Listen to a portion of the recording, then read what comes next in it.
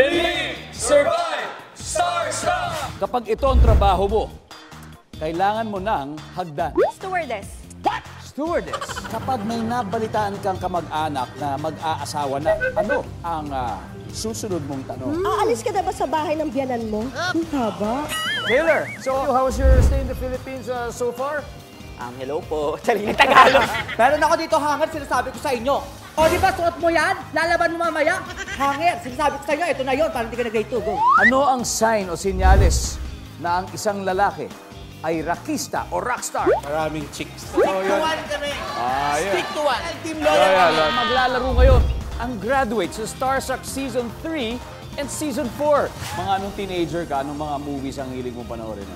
Siyempre bakla ako, di ba? Mahilig ako manood ng mga Barbie, siyempre. Jada Abanzaro. Hi, Jada. Hello po, Kuya Dong. Aking tatay is sa TikTok. Yun yan. Ano bang pangarap mo, Bert? Pangarap kong maging isang Miss Marian.